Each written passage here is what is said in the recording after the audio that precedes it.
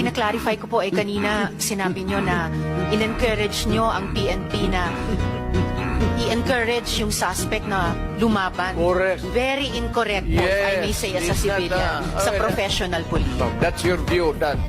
It's not my view only, Mr. Chair. Thank you for putting it on record. Pagka-mayor, pagka-prosecutor. Ako, alam ko, dumaan ako, prosecutor, mayor, presidente, alam ko ang trabaho ko. Yes, Yan salamat ang totoo tayo, Mr. dyan. Chair. Hindi ka nagdala ng syudad eh. You never Totoo had po, a Mr. chance Chair. to solve the problem of the community. At kung pabalikin ako, sir, gagawain ko uli yan. Dublado. Your Honor.